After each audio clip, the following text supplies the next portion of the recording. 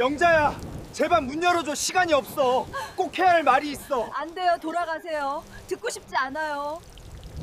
새벽 3시, 20년간 한 번도 화낸 적 없던 착한 아내가 절규했습니다. 영자야, 나야. 문 열어. 낡은 농가의 대문을 주먹으로 쾅쾅 두드리는 소리. 비에 흠뻑 젖은 60대 남성이 숨을 헐떡이며 문고리를 흔들어댔습니다. 제발, 시간이 없어. 그 순간 집안에서 여성의 분노에 찬 비명이 터져 나왔습니다. 아니야. 가. 당장 가. 쿵. 유리창이 산산조각 나는 소리와 함께 20년간 참아온 분노가 폭발했습니다. 거실에서 깨진 꽃병 조각 사이에 주저앉아 떨고 있는 44세 여인 박영자. 그녀의 손에는 20년간 한 번도 열어보지 않았던 편지가 들려 있었습니다. 남편이 다가오는 순간 충격적인 배신의 진실이 터져 나왔습니다. 오지 마. 제발, 오지 마. 20년간 참아온 눈물이 쏟아지며 그녀가 소리쳤습니다. 준영이가, 우리 준영이가 당신 아들이 아니야. 하지만 여러분, 이것은 단순한 불륜이 아니었습니다.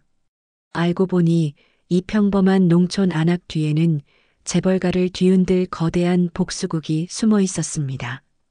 그 후 일어난 일은 30년에 걸친 치밀한 음모와 상상을 초월하는 반전들이 연달아 터져 나왔습니다. 여러분이라면 20년간 이런 비밀을 숨기고 살 수 있겠습니까? 믿으시겠습니까? 이 한 통의 편지가 대한민국 최고 재벌가의 운명을 완전히 바꿔놓았다는 것을. 지금부터 시작되는 이야기는 당신의 상상을 뛰어넘는 충격과 감동으로 가득할 것입니다. 과연 20년 전 그날 밤 정말 무슨 일이 일어났던 걸까요? 그리고 이 여인의 진짜 정체는 무엇일까요? 마지막까지 보신 후 댓글로 여러분의 생각을 들려주세요. 그녀는 오늘도 변함없이 4시 30분에 눈을 떴다.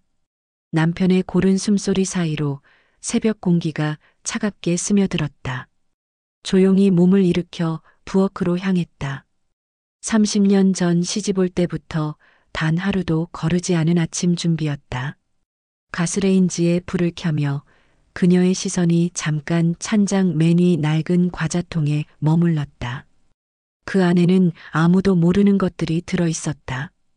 20년 전 편지 한 통, 그리고 절대 사용하지 말라고 당부받은 신용카드 한 장. 하지만 그 누구도 몰랐다. 이 평범해 보이는 여인이 서울 강남의 한 대기업 회장실에서 매달 정확히 500만 원씩 입금되는 계좌의 주인이라는 것을. 그리고 그 돈이 단순한 동정이나 죄책감이 아닌 30년 전 아버지가 투자한 돈에 대한 채무 이자 상환이었다는 것을. 20년간 한 번도 사용하지 않았던 이유가 있었다. 그 돈의 진짜 의미를 모르고 있었기 때문이었다. 아버지가 한국제약에 투자했던 거액의 원금과 이자가 매달 조금씩 상환되고 있었던 것이다. 그때 갑자기 복통이 시작됐다. 며칠 전부터 계속되던 그 아픔이 오늘은 더 심했다. 하지만 이것은 단순한 소화불량이 아니었다. 그녀의 몸이 보내는 경고 신호였다. 시간이 얼마 남지 않았다는. 거울 속 자신의 얼굴을 보니 언제부터인가 누렇게 뜬 것 같았다. 체중도 계속 줄어들고 있었다. 하지만 가족들에게는 말할 수 없었다. 지금은 아플 시간이 없었다. 오전 10시. 우편함에서 한국제약에서 온 편지를 발견했다. 매달 오던 입금 내역서가 아니라 다른 내용이었다. 박영자님께 30년 전 고 박철민 선생님의 투자금에 대한 이자 상환이 이제 곧 완료됩니다. 원금 상환에 대해서는 별도 협의가 필요합니다. 그 순간 그녀는 모든 것을 깨달았다. 자신이 20년간 받아온 그 돈이 아버지의 정당한 권리였다는 것을. 그리고 이제 더 큰 돈이 기다리고 있다는 것을. 하지만 복통이 더 심해지면서 그녀는 직감했다. 자신에게 그 돈을 받을 시간이 많이 남지 않았다는 것을 남편이 잠에서 깨어나는 소리가 들리자 그녀는 재빨리 손짓으로 노인을 제지했다. 20년 만에 나타난 그 사람은 고개를 끄덕이며 조용히 거실 구석 어두운 곳으로 몸을 숨겼다. 여보, 무슨 소리야? 남편의 목소리가 침실에서 들려왔다. 아무것도 아니야. 화장실 다녀올게. 그녀가 최대한 평온한 목소리로 대답했다. 하지만 심장은 터질 것처럼 뛰고 있었다. 남편의 발소리가 가까워졌다.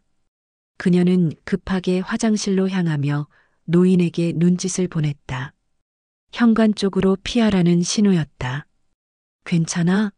얼굴이 창백해 보이는데. 남편이 복도에서 그녀를 마주보며 걱정스럽게 말했다. 그냥 잠이 안 와서 물 좀 마시려고. 화장실에서 나온 그녀는 남편의 어깨를 살짝 밀며 침실로 향하게 했다. 다행히 남편은 더 이상 의심하지 않고 침대에 누웠다. 하지만 그녀는 잠들 수 없었다. 거실에 그 사람이 있다는 사실만으로도 숨이 막혔다. 20년 동안 잊으려 노력했던 모든 기억들이 한꺼번에 밀려왔다. 새벽 5시 남편의 숨소리가 다시 고르게 들리기 시작했을 때 그녀는 조용히 침실을 나왔다. 거실로 가니 그 사람은 여전히 소파에 앉아 기다리고 있었다. 미안해, 영자야. 이런 식으로 나타나서. 노인이 쉰 목소리로 말했다. 20년 전보다 훨씬 늙었지만 그 눈빛만은 여전했다. 왜 왔어요? 20년 동안 연락 한 번 없다가. 그녀의 목소리에는 분노와 그리움이 뒤섞여 있었다. 병원에서 6개월이라고 했어. 가난 말기야. 그 말을 듣는 순간 그녀의 가슴이 무너져 내리는 것 같았다. 그래서 왔어. 죽기 전에 꼭 해야 할 말이 있어서. 무슨 말이요? 내가 그동안 받았던 돈. 그게 내가 보낸 게 아니야. 그녀는 순간 귀를 의심했다. 20년 동안 매달 500만 원씩 입금되던 그 돈이 그가 보낸 게 아니라고? 그럼 누가? 내 형이야. 한국제약 회장인 내 형. 그 순간 모든 퍼즐이 맞춰지기 시작했다. 왜 한국제약에서 연락이 왔는지, 왜 갑자기 서울로 올라오라고 했는지. 형이 내가 어디 사는지 알아냈어. 그리고 내가 죽으면 모든 걸 내게 말하겠다고 했지. 모든 걸? 20년 전 그날 밤에 일어났던 진짜 이야기를. 그녀의 몸이 떨리기 시작했다. 20년 동안 혼자만 알고 있다고 생각했던 그 비밀을. 그때 갑자기 아들의 방에서 불이 켜졌다. 화장실에 가려는 것 같았다. 두 사람은 숨을 죽였다. 다행히 아들은 화장실을 다녀오고 다시 방으로 들어갔다. 하지만 그 짧은 순간이 두 사람에게는 영원처럼 느껴졌다. 여기서는 이야기할 수 없어요. 가족들이 일어나면. 알아. 그래서 형이 내게 서울로 오라고 한 거야. 오늘 낮에. 갑자기 서울에 간다고 하면 남편이 의심할 텐데. 병원 검사 받으러 간다고 해. 내 몸 상태로는 거짓말도 아니잖아. 그 말에 그녀는 깜짝 놀랐다. 자신의 몸 상태를 어떻게 알고 있는 걸까? 놀라지 마. 형이 조사했어. 내가 요즘 복통 때문에 고생하고 있다는 것도 알고 있어. 얼마나 많은 걸 알고 계시는 거예요? 거의 모든 것을. 내 남편이 당뇨 전 단계라는 것도, 아들이 의대 진학을 준비하고 있다는 것도. 그녀는 소름이 돋았다. 20년 동안 자신과 가족을 지켜봤다는 얘기였다. 왜 그렇게까지? 죄책감 때문이야. 형도 나도. 새벽 6시가 가까워지자 노인이 일어섰다. 이제 가야겠어. 오늘 오후 2시에 한국제약 본사로 와. 20층 회장실이야. 만약 안 가면? 그럼 형이 직접 이곳으로 올 거야. 내 가족들 앞에서. 그 말은 협박이었다. 하지만 그녀에게는 선택의 여지가 없었다. 노인이 현관문을 나서기 전에 뒤돌아봤다. 영자야, 20년 동안 미안했어. 그리고 고마웠어. 그가 사라진 후 그녀는 한동안 그 자리에 서 있었다. 20년 만에 들어본 그의 목소리가 귓가에 맴돌았다. 새벽 6시 30분. 평소와 같은 시간에 일어난 남편이 부엌으로 나왔다. 일찍 일어났네? 잠 못 잤어? 응, 좀 그래. 몸이 안 좋으니까 그런 거야. 오늘 병원 가는 게 어때? 순간 그녀는 깜짝 놀랐다. 마치 남편이 모든 걸 알고 있는 것처럼 느껴졌다. 서울 큰 병원으로 가서 정밀 검사 받아봐. 내가 농협에서 검사비 대출 받을 수 있는지 알아볼게. 아니야, 괜찮아. 그냥 읍내 병원에서. 읍내 병원으로는 부족해. 내 건강이 제일 중요하잖아. 남편의 따뜻한 말에 그녀의 가슴이 아파왔다. 20년 동안 이런 남편을 속여온 자신이 너무나 미웠다. 그럼 오늘 서울에 다녀올게. 혼자 가기 힘들면 내가 같이. 아니야. 농사일 바쁘잖아. 혼자 갈 수 있어. 아침 식사 시간. 아들이 졸린 눈을 비비며 나왔다. 엄마, 오늘 왜 이렇게 일찍 일어나셨어요? 몸이 좀 안 좋아서 서울 병원에 가려고. 에이, 괜찮을 거예요. 엄마는 워낙 건강하시니까. 아들의 무심한 대답에 그녀는 씁쓸한 미소를 지었다. 정말 괜찮기만 하면 얼마나 좋을까. 오전 9시. 남편과 아들이 모두 집을 나선 후 그녀는 옷장에서 20년 동안 입지 않았던 정장을 꺼냈다. 결혼 전에 입었던 그 옷은 이제 그녀에게 너무 작았다. 결국 그녀는 가장 깔끔한 일상복을 골라 입었다. 거울을 보니 20년 전의 자신과는 완전히 다른 모습이었다. 오전 10시. 마을 버스 정류장에서 시내버스를 기다리며 그녀는 핸드폰으로 KTX 시간을 검색했다. 오랜만에 서울에 가는 것이었다. 버스 안에서 그녀는 20년 전 기억을 떠올렸다. 대학교 4학년 때 한국제약에서 인턴십을 했던 그때.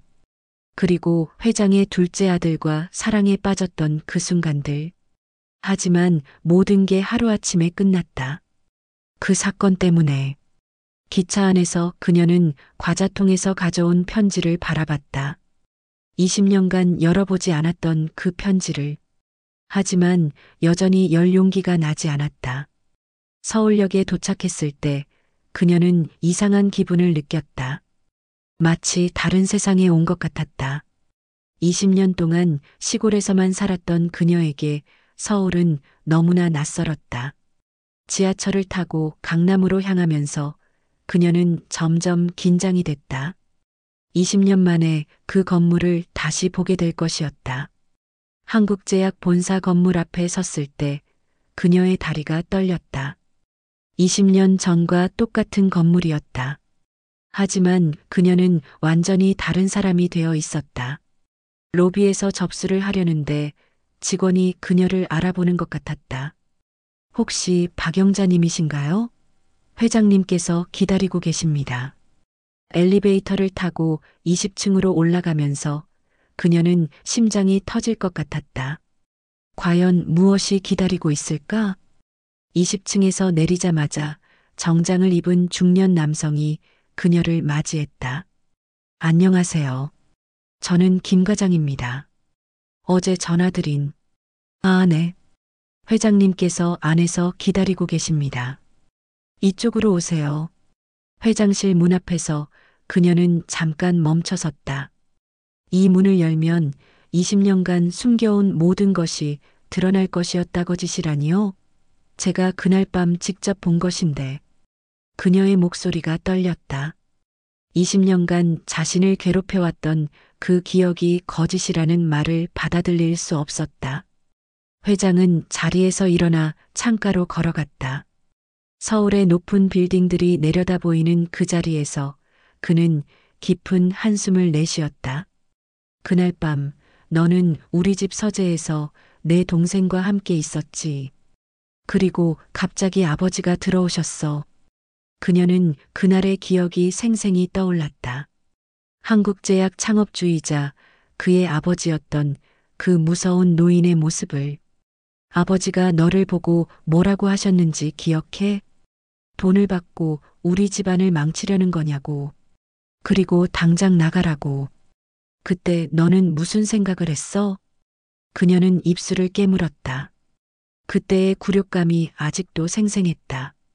가난한 집안의 딸이라고 재벌가에 들어오려고 꾀를 쓴다고 욕을 들었던 그 순간 저는 정말 사랑해서 만났는데 돈 때문이라고 하시니까 너무 억울했어요. 그래서 그 자리에서 동생과 헤어지겠다고 선언했지. 그리고 밖으로 뛰어나갔어. 맞아요. 그리고 그 길로 고향으로 내려왔죠. 회장이 다시 그녀를 바라봤다. 그의 눈에는 20년간 간직해온 죄책감이 서려 있었다. 영자야, 그날 밤 내가 나간 후에 무슨 일이 일어났는지 아니? 그녀는 고개를 저었다. 그날 이후로는 아무것도 모르고 싶지 않았다. 내 동생이 아버지와 크게 다퉜어. 내가 그런 사람이 아니라고, 정말 사랑하는 사람이라고. 그녀의 가슴이 뛰기 시작했다. 그리고 그 싸움 중에 아버지가 심장마비로 쓰러지셨어. 네. 그날 밤 아버지는 병원으로 실려갔고 3일 후에 돌아가셨어. 그녀는 의자에서 일어설 수도 없었다.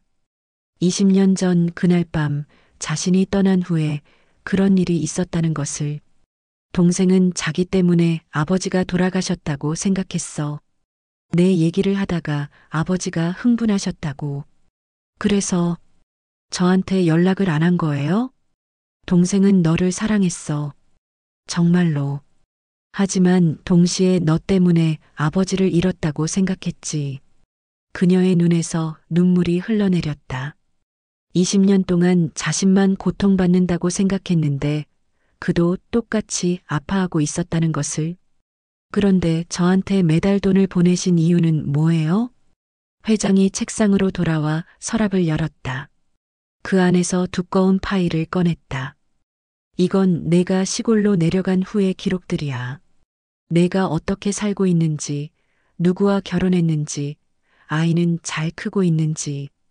그 파일을 보는 순간 그녀는 소름이 돋았다.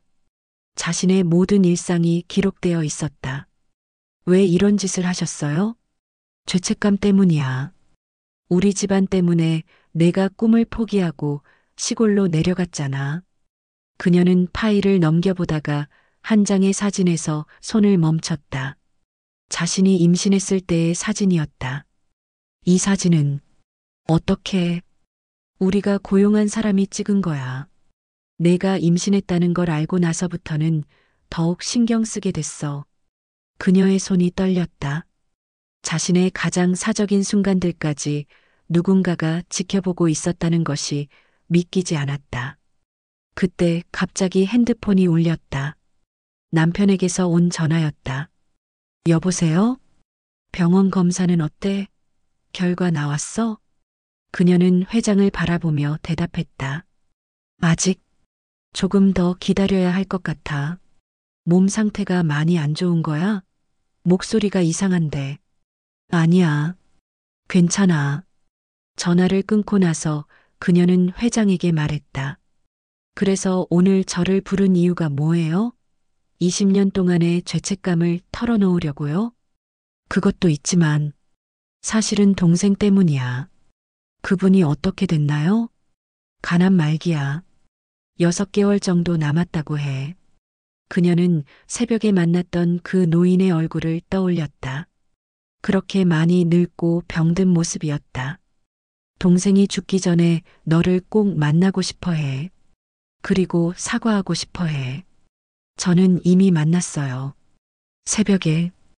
회장이 놀라며 그녀를 바라봤다. 새벽에? 언제? 오늘 새벽 3시쯤 우리 집에 찾아오셨어요. 그 녀석이 내가 말리지 않았다면 진작에 찾아갔을 거야.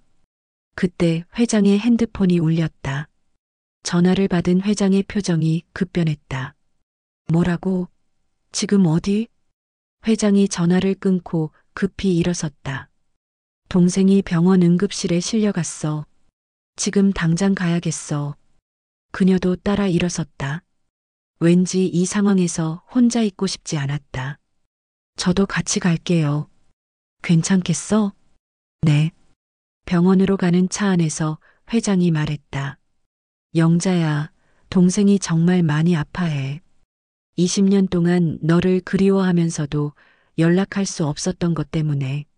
저도 마찬가지였어요. 그런데 한 가지 더 말해야 할 것이 있어. 그녀는 불안한 예감이 들었다. 내가 결혼하기 전에 낳은 아이. 그 순간 그녀의 심장이 멈추는 것 같았다. 그 아이는 누구 아이야? 무슨 말씀이세요? 내가 시골로 내려가기 전에 임신했었잖아. 그 아이 말이야. 그녀는 아무 말도 할 수 없었다. 20년간 숨겨온 가장 큰 비밀이었다. 그 아이가 동생 아이 맞지? 그녀의 눈에서 눈물이 쏟아져 내렸다.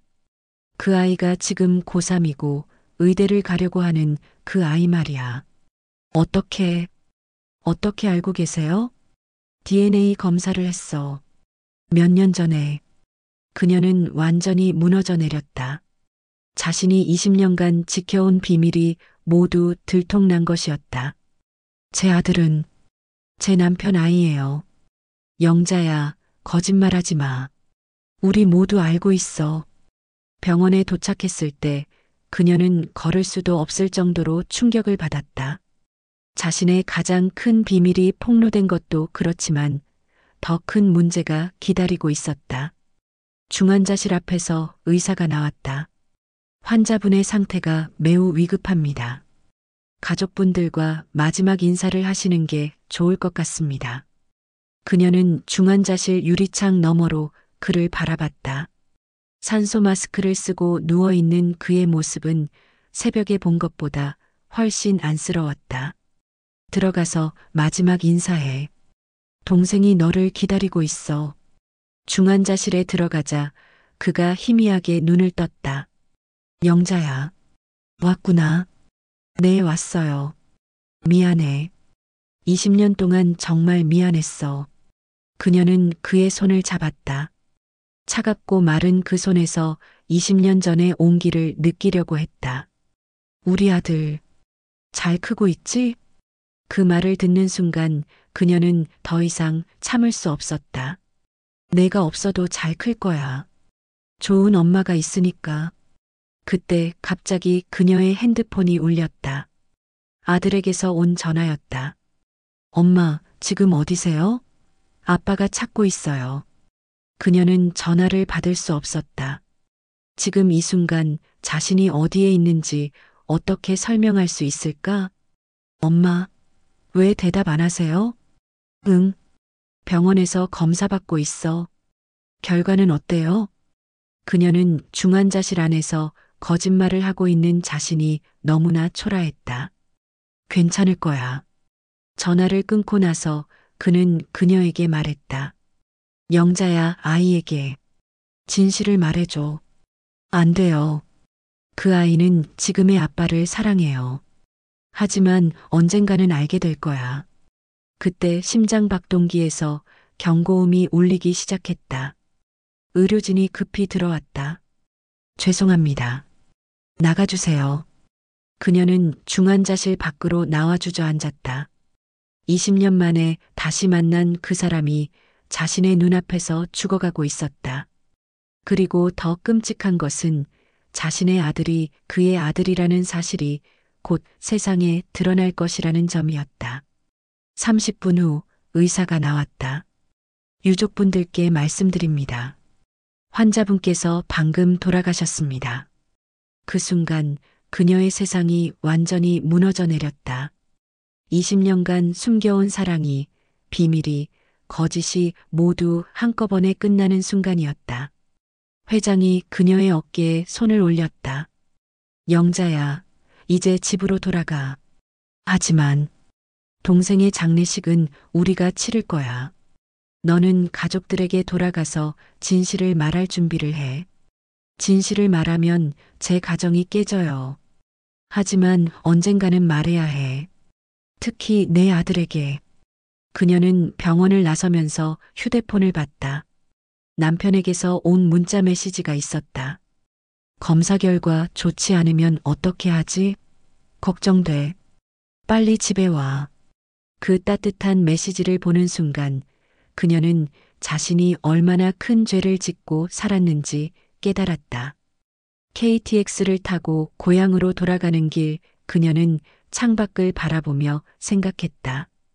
이제 어떻게 해야 할까? 20년간 쌓아 올린 평범한 일상이 곧 산산조각 날 것이었다. 그리고 무엇보다 자신의 아들이 진실을 알게 되면 어떤 반응을 보일까? 지금까지 아빠라고 생각했던 사람이 진짜 아빠가 아니라는 것을 알게 되면 저녁 9시에 집에 도착했을 때 남편과 아들이 현관에서 그녀를 기다리고 있었다. 어떻게 됐어? 많이 아픈 거야? 남편의 걱정스러운 표정을 보며 그녀는 더 이상 견딜 수 없었다. 하지만 아직 말할 수는 없었다. 준비가 되지 않았다. 괜찮아. 그냥 피로 누적이래. 그날 밤 그녀는 잠들 수 없었다. 20년 만에 다시 시작된 이 악몽이 언제 끝날지 알 수 없었다. 그리고 무엇보다 자신이 사랑하는 가족들에게 어떤 상처를 줄지 두려웠다. 새벽 3시 그녀는 다시 찬장 앞에 섰다. 이번에는 정말로 과자통을 열어야 할 때가 온 것 같았다. 20년간 봉인해둔 그 편지를 읽을 시간이. 문이 열리고 그녀는 20년 만에 그 사람을 다시 보게 됐다. 한국제약 회장, 그리고 20년 전 그 사건의 또 다른 당사자. 오랜만이야, 영자야. 회장의 목소리는 20년 전과 똑같았다. 그날 밤 병원에서 돌아온 영자는 남편 앞에 앉아 있었다. 거실의 작은 전등만이 두 사람 사이의 침묵을 비추고 있었다. 여보. 영자가 입을 열려던 순간 남편 강호가 먼저 말했다. 영자야, 나도 알고 있었어. 뭘 알고 있었다는 거야? 준영이가 내 핏줄이 아니라는 것. 영자의 가슴이 쿵 하고 내려앉았다. 20년간 숨겨온 비밀을 남편이 이미 알고 있었다니. 언제부터? 준영이가 10살 때쯤부터야. 혈액형이 안 맞는다는 걸 알게 됐거든. 강호의 목소리는 담담했지만 그 속에는 20년간 삼켜온 고통이 묻어 있었다. 그럼 왜 아무 말도 안 했어? 사랑했으니까. 너를 그리고 준영이를. 영자의 눈에서 눈물이 터져 나왔다. 미안해. 정말 미안해. 이제 와서 미안하다고 해서 뭐가 달라져? 20년 동안 나 혼자 바보처럼 살았는데. 강호의 목소리에 처음으로 분노가 섞여 들어왔다. 그 아이 아빠가 누구야? 서울에 있는 그 재벌가 아들이지? 영자는 고개를 끄덕일 수밖에 없었다. 그래서 매달 500만 원씩 받았던 거고? 아니야. 그건 아빠가 투자한 돈에 대한. 됐어. 변명은 그만해. 강호가 벌떡 일어서며 소리쳤다. 20년간 참아온 분노가 한꺼번에 터져 나오고 있었다. 20년 동안 나는 뭐였어? 바보였어? 호구였어? 여보, 제발. 그리고 이제 와서 그 아이를 살리기 위해 진짜 아빠를 찾아가겠다고? 나한테는 한마디 상의도 없이? 영자는 아무 말도 할 수 없었다. 남편의 말이 모두 맞았기 때문이었다. 나가. 뭐? 내 집에서 나가. 그리고 그 재벌가 가서 살아. 여보, 준영이는 어떻게 해? 그 아이는 죽을 수도 있어. 그럼 진짜 아빠가 살리겠지. 나는 이제 상관없어. 강호가 방으로 들어가며 문을 쾅 닫아버렸다. 영자는 거실에 혼자 남아 오열했다. 20년간 쌓아 올린 가정이 하루아침에 무너져 내렸다. 다음 날 준영이가 입원한 병원에서 김 차장이 찾아왔다. 어떻게 결정하셨나요? 영자는 준영이의 창백한 얼굴을 바라보며 답했다. 아들을 살려야죠. 다른 선택이 있나요? 그럼 법적 인지 절차를 밟겠습니다.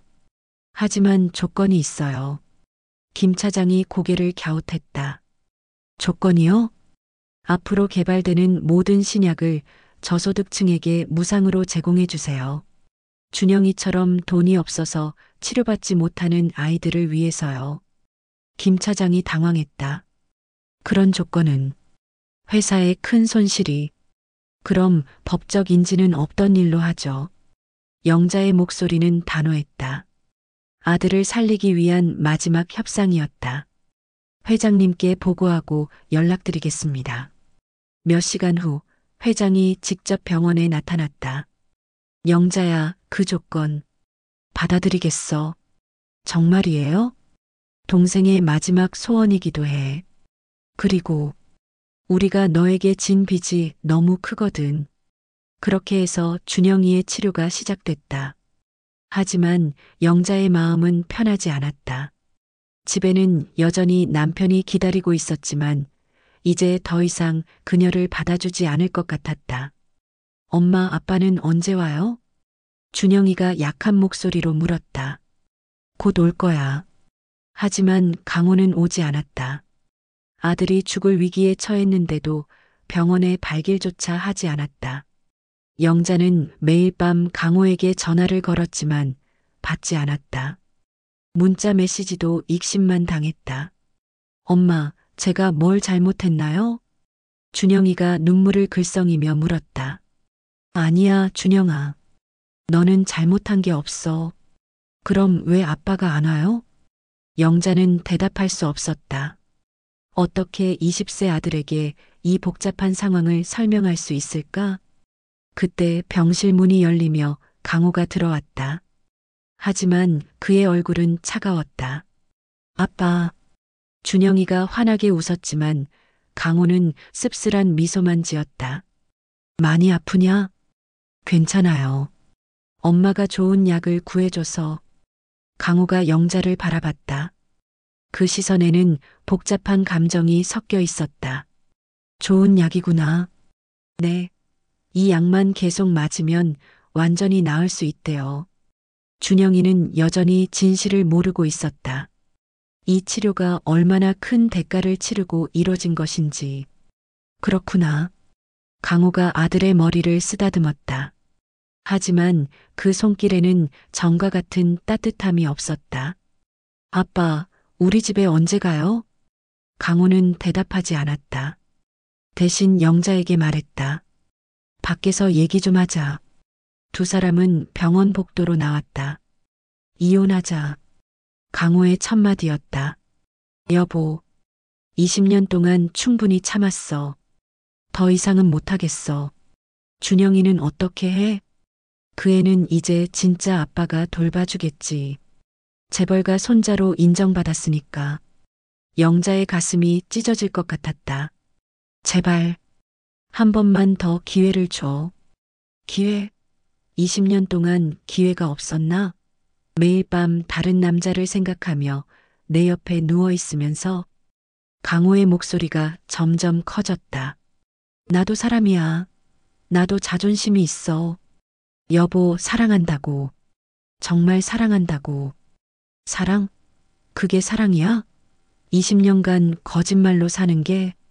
복도를 지나가던 사람들이 쳐다봤다. 하지만 강호는 신경 쓰지 않았다. 다음 주에 이혼 서류 갖다 줄 거야. 서명해. 안 해. 뭐? 안 한다고. 절대 이혼 안 해. 영자의 목소리도 커졌다. 왜? 죄책감 때문이야? 아니야. 정말 사랑하기 때문이야. 20년 늦었어. 강호가 돌아서려던 순간 영자가 그의 팔을 붙잡았다. 여보, 내가 죽을지도 몰라. 뭐? 복통이 계속 심해지고 있어.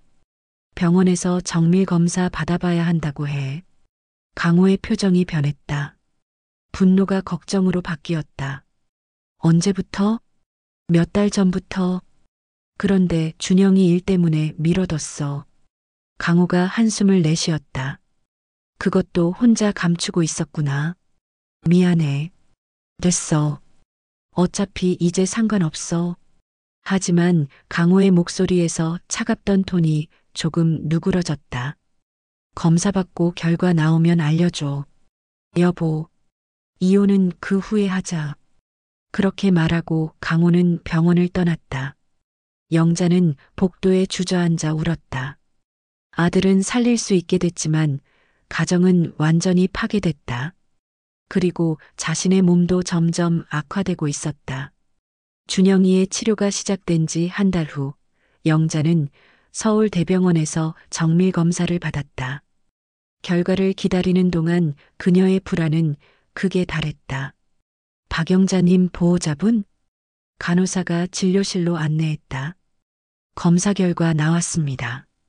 의사의 표정이 심각했다. 췌장암 3기입니다. 영자의 머릿속이 하얗게 변했다. 수술이 가능한가요? 이미 전이가 진행됐습니다. 6개월 정도로 보입니다. 영자는 의자에 붙들려 앉아 있을 수밖에 없었다. 아들의 병은 나아지고 있는데 이번에는 자신이 죽을 차례였다. 병원을 나서며 그녀는 강호에게 전화를 걸었다. 여보, 결과 나왔어? 응. 영자의 목소리가 떨렸다. 췌장암이래. 6개월. 전화 너머로 강호의 거친 숨소리가 들렸다. 어디 있어? 지금 갈게. 1시간 후 강호가 병원 카페에 나타났다. 20년간 함께 산 아내의 얼굴에서 죽음의 그림자를 읽을 수 있었다. 정말이야? 응. 의사가 6개월이라고 해. 강호가 고개를 떨어뜨렸다. 분노로 가득했던 마음이 급속히 무너져 내렸다. 여보, 이제 이혼해도 돼. 어차피 6개월 후에는 자연스럽게 끝날 일이니까. 그런 소리 하지 마. 강호의 목소리가 떨렸다. 20년간 미안했어. 정말로. 영자야. 준영이한테는 말하지 마. 그의 치료에 방해가 될까봐.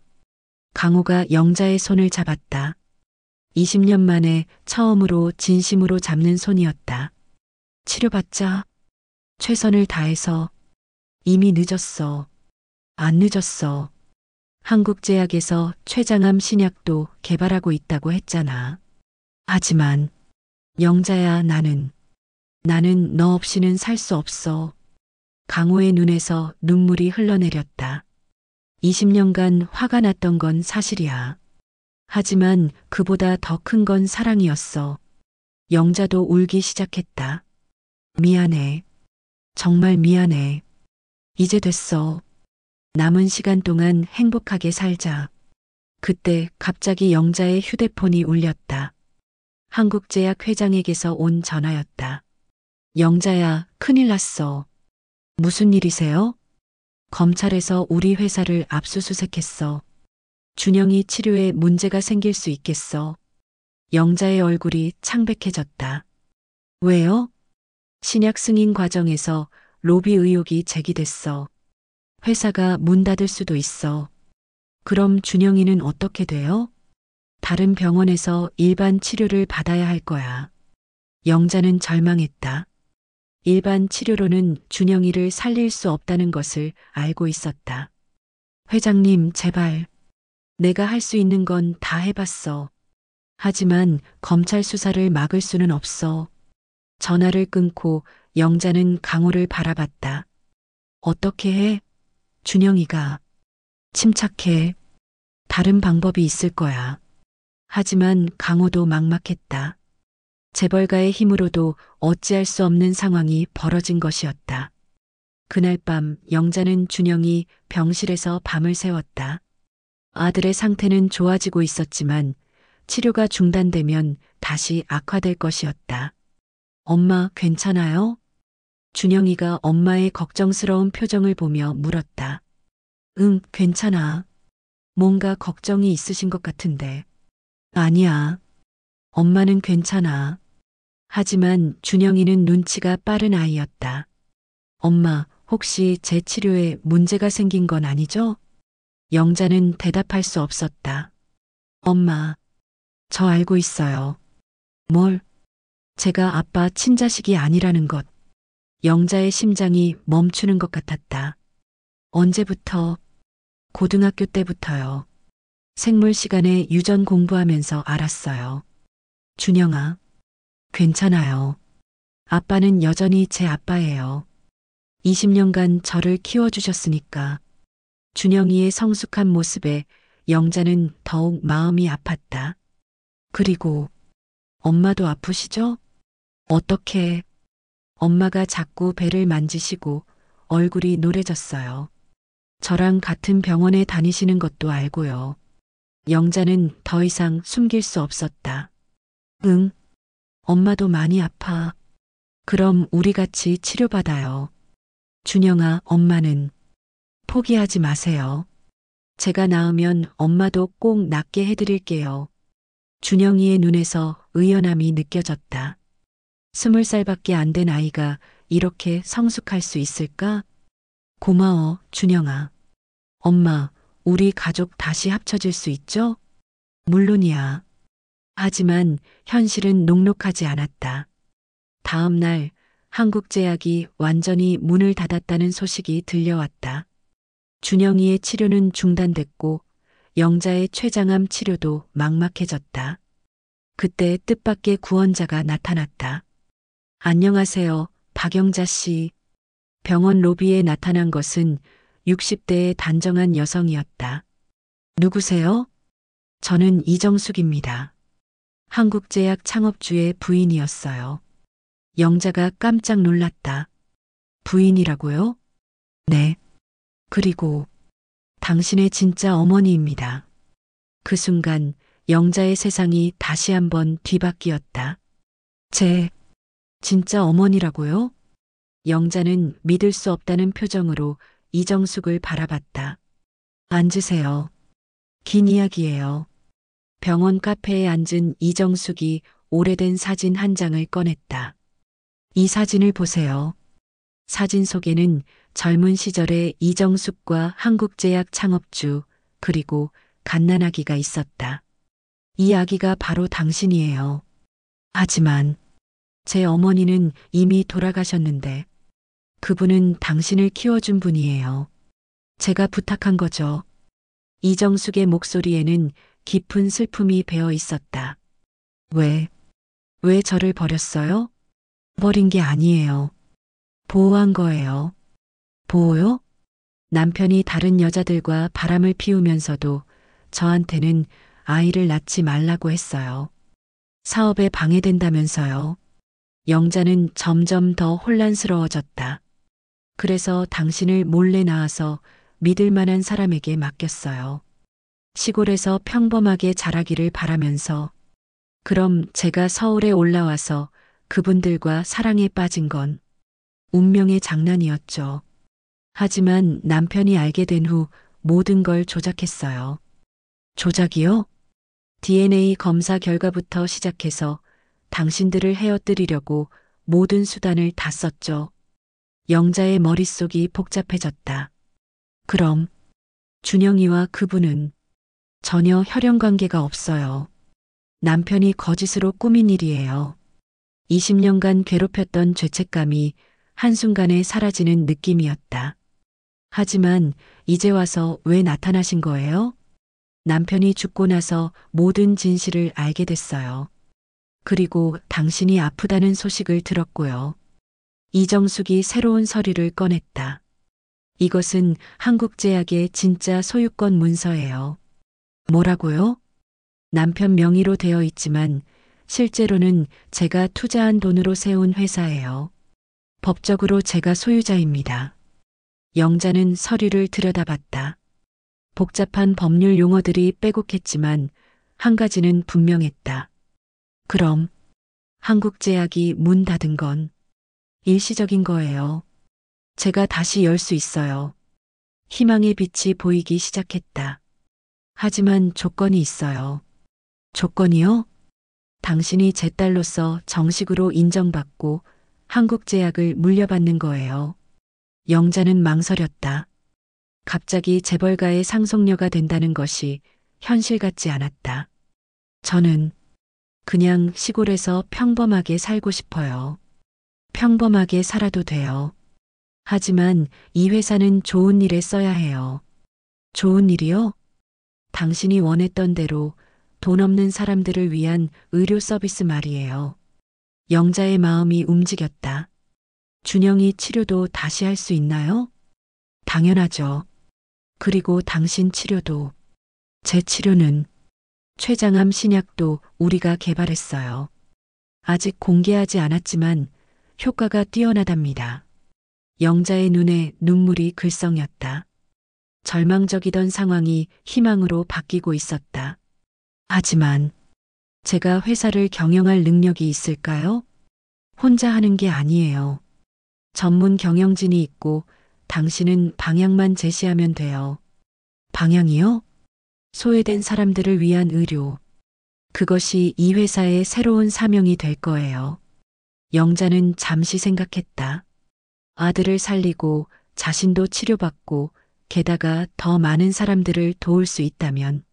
알겠어요. 하겠습니다. 이정숙이 환하게 웃었다. 고마워요, 딸.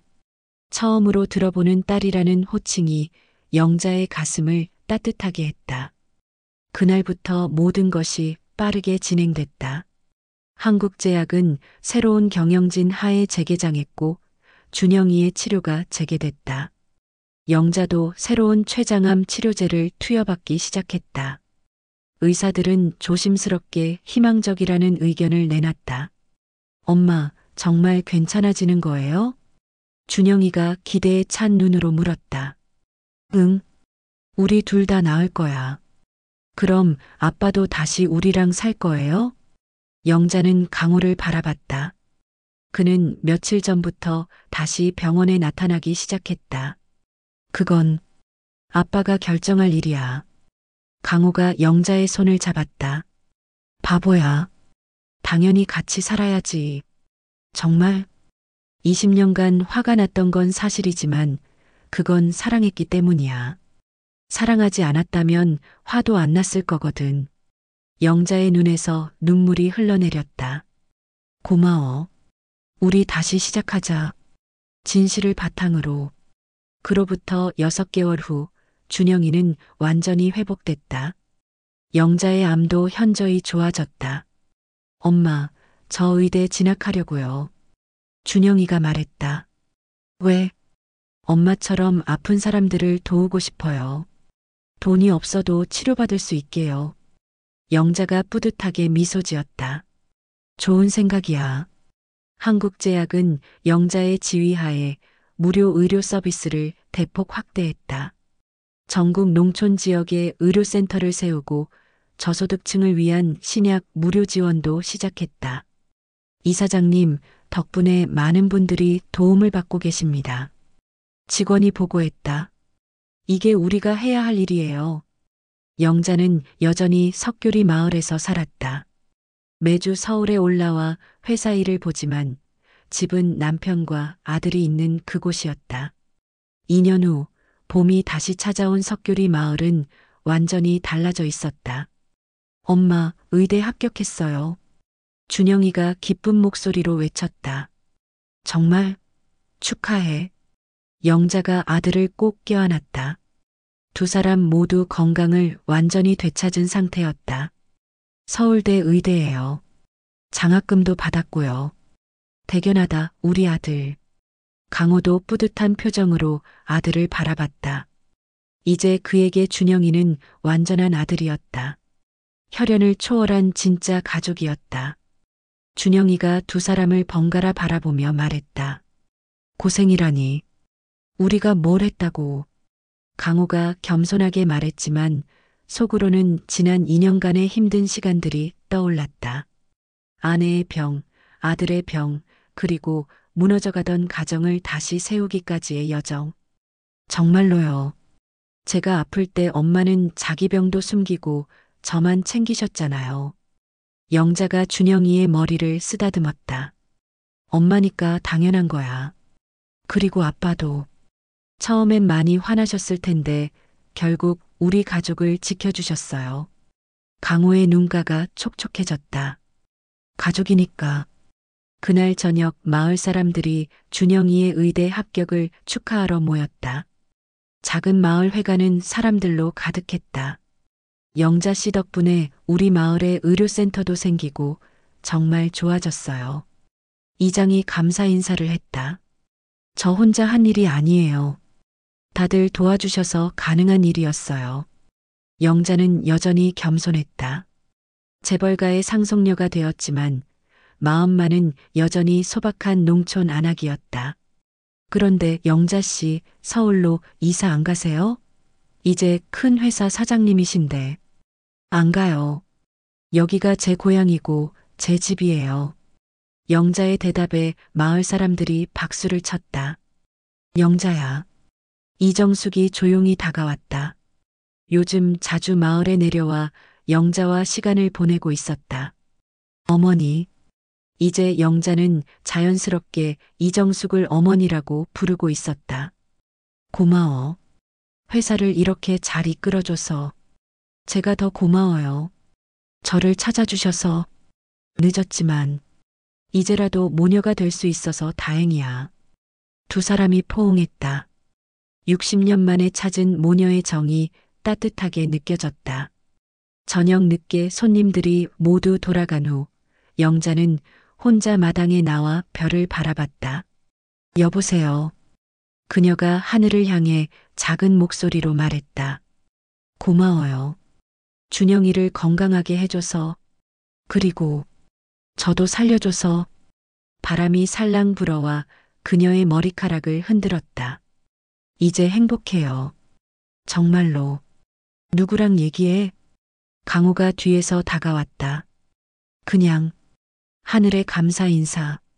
그래. 정말 감사할 일이 많지. 강호가 아내의 어깨에 손을 올렸다. 여보, 미안했어. 그때 너무 화냈지? 아니야. 당연한 반응이었어. 오히려 내가 미안해. 이제 그런 얘기 그만하자. 다 지난 일이야. 고마워. 뭐가?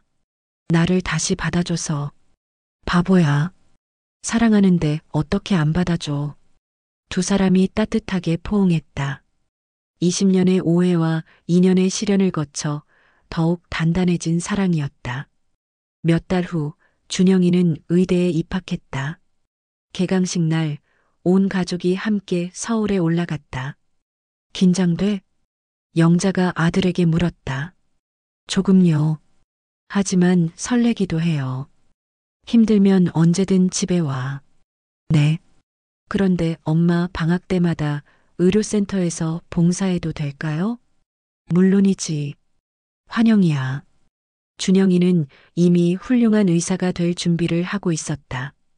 그런데 엄마, 제가 의사 되면 엄마 병도 완전히 낫게 해드릴게요. 이미 다 나았어. 아니에요. 완전히 100% 나을 때까지요. 영자가 아들을 꼭 껴안았다. 고마워, 준영아. 전 의사가 되어서 엄마처럼 많은 사람들을 도울 거예요. 그래. 좋은 의사가 되렴. 개강식이 끝난 후 가족들은 한국제약 본사를 들렀다. 영자의 사무실에는 전국에서 온 감사 편지들이 가득했다. 엄마, 이 편지들 뭐예요? 무료 치료 받으신 분들이 보내주신 거야. 준영이가 편지 중 하나를 읽었다. 덕분에 우리 할머니가 살았습니다. 평생 은혜를 잊지 않겠습니다. 이런 편지들이 매일 와요? 응. 이게 바로 우리가 해야 할 일이야. 준영이의 눈이 반짝였다. 저도 빨리 의사가 되어서 도와드릴게요. 천천히 해. 좋은 의사가 되는 게 우선이야. 그날 저녁 가족들은 오랜만에 서울에서 외식을 했다. 소박한 한정식 집에서 따뜻한 시간을 보냈다. 여보, 행복해? 강호가 물었다. 너무 행복해. 이보다 더 행복할 수 있을까? 나도 마찬가지야. 아빠, 엄마, 저도 정말 행복해요. 준영이가 끼어들었다. 우리가 이런 시간을 보낼 수 있을 줄 몰랐어요. 그러게. 2년 전만 해도 상상할 수 없었지. 영자가 감회에 젖은 목소리로 말했다. 하지만 우리 해냈어. 맞아. 가족이 함께 해냈어. 강호가 두 사람의 손을 잡았다. 앞으로도 계속 함께 하자. 당연하죠. 준영이가 환하게 웃었다. 석교리로 돌아가는 길에 영자는 차창 밖을 바라보며 생각했다. 인생은 정말 예측할 수 없는 것이구나. 가장 절망적일 때 희망이 찾아오고 가장 어려울 때 도움의 손길이 나타난다. 20년간 숨겨온 비밀이 가족을 위기로 몰아넣었지만 결국 그 위기를 통해 더 강한 가족이 될 수 있었다. 그리고 자신도 더 큰 의미를 찾을 수 있게 됐다. 가족이란 참 소중한 거구나. 영자가 혼잣말을 했다. 뭐라고 했어? 강호가 물었다. 아니야. 그냥 감사하다는 생각이야. 나도 그래. 석교리에 도착했을 때는 이미 밤이 깊어 있었다. 하지만 집의 불빛이 따뜻하게 세 사람을 맞아주었다. 집이 최고야. 준영이가 기지개를 켜며 말했다. 그래. 역시 집이 제일 좋아. 영자도 동감했다. 아무리 큰 회사의 사장이 되어도 가장 편안한 곳은 역시 가족이 있는 집이었다. 그날 밤 잠자리에 들기 전 영자는 마지막으로 일기를 썼다. 오늘 준영이가 의대에 입학했다. 2년 전만 해도 생각할 수 없었던 일이다. 그때는 아들도 죽을 뻔했고 나도 시한부 선고를 받았고 가정도 완전히 파괴될 뻔했다. 하지만 포기하지 않았다. 가족을 위해, 아들을 위해 끝까지 싸웠다. 그리고 하늘이 도와주셨다. 진짜 어머니도 찾게 해주시고 회사도 물려받게 해주시고 무엇보다 건강도 되찾게 해주셨다. 이제 우리 가족은 다시 시작이다. 진실을 바탕으로 한 새로운 시작.